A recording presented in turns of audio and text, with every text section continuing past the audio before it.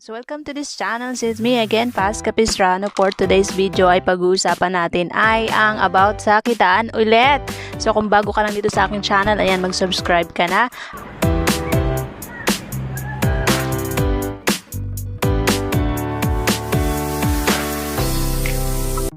And shout out tayo kay Jose. Sabi niya, Madam, bakit meron 800 plus at 700 plus, worth 250 lang naman yung price ng mga item ko.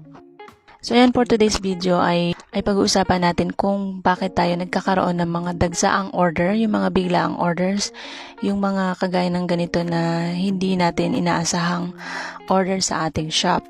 So yan, tatlong reason lang naman kung bakit tayo nagkakaroon ng mga ganitong biglaang orders, yung mga dagsang orders. Unang-una dahil po minsan si Sitaw po ay nag-update ng kanyang system, nagkakaroon siya ng mga error sa kanyang loob ng website, kagaya ng mga wrong distribution order. If ever na mangyari ito sa inyo na wrong distribution order, yung may biglaang order na papasok sa inyo na wala, hindi naka-listed sa mga published na product ninyo, kagaya nitong kay Jose na 800 plus yung pumasok na mga cost ng product and yung mga naka-publish lang sa kanya is 250 pesos.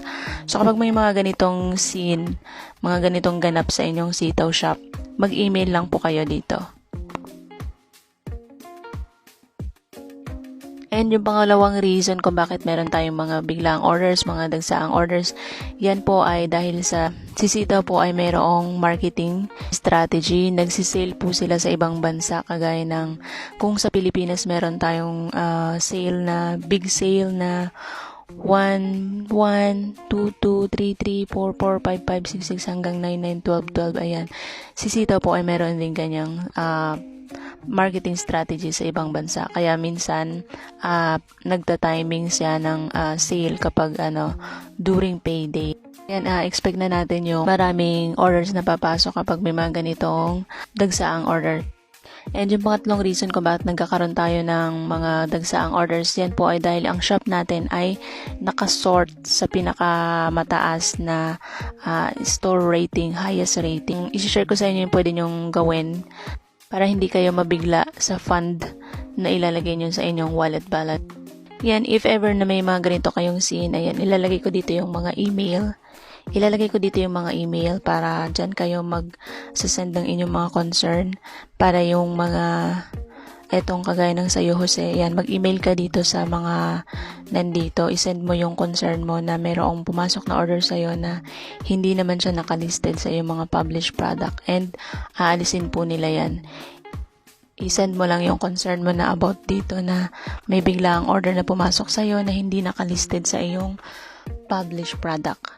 And yung pangalawang pwede nyong gawin, kapag may mga dagsa kayong orders, ang pwede nyong gawin, contact nyo yung AS ninyo, sabihin nyo po sa inyong AS na isort yung inyong shop sa pinakamababang rating store. So, hindi siya mararecommend. Since yung mga product natin is mura lang, mabababa lang yung price, may tendency na kapag nag-sort si buyer ng from lowest to highest price, yung price ng inyong product, nare-recommend ang store ninyo.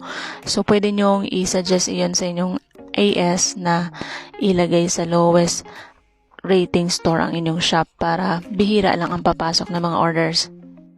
So, ayun yung dalawang ways na pwede kong i-share sa inyo na dapat ninyong gawin kapag meron kayong mga dagsaang orders. And kung gusto nyong maging Sitaw seller, marami po akong mga video dito. Panoorin nyo lang yung aking mga tutorial. And if ever na decided na kayo na maging Sitaw seller, ayan, you can support me gamit ng aking referral code na Paz Capistrano. Ito po. Ayan.